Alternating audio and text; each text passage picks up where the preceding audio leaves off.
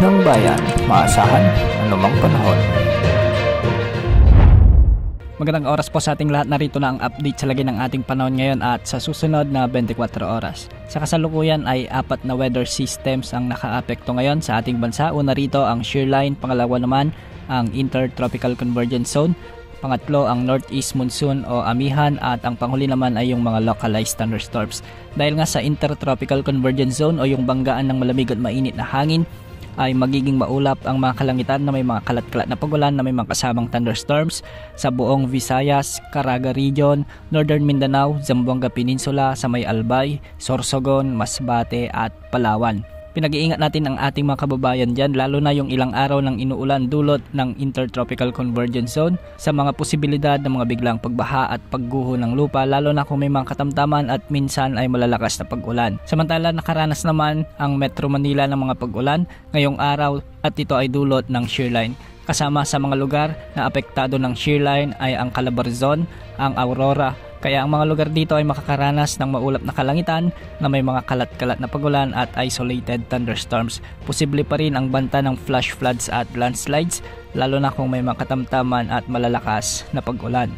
Samantala, umiiral naman ang malamig na northeast monsoon sa may Cagayan Valley at Cordillera Administrative Region. Dulot nito, magiging maulap ang mga kalangitan na may mga kasamang pagulan na siyang posibleng magdulot ng mga biglang pagbaha at pagguho ng lupa, lalo na kung may mga katamtaman at minsan ay malalakas na pagbuhos ng ulan. Sa Ilocos Region at ang nalalabing bahagi naman ng Central Luzon ay patuloy na makakaranas ng bahagyang maulap hanggang sa maulap na kalangitan na may mga kasamang isolated light rains o kalat-kalat na mahihinang pag-ulan.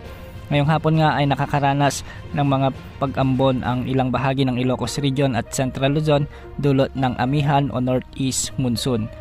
Sa nalalabing bahagi naman ng Mindanao ay makakaapekto pa rin ang Intertropical Convergence Zone o ITCZ, kaya magiging bahagyang maulap hanggang sa maulap ang mga papawirin na may mga isolated rain showers and thunderstorms.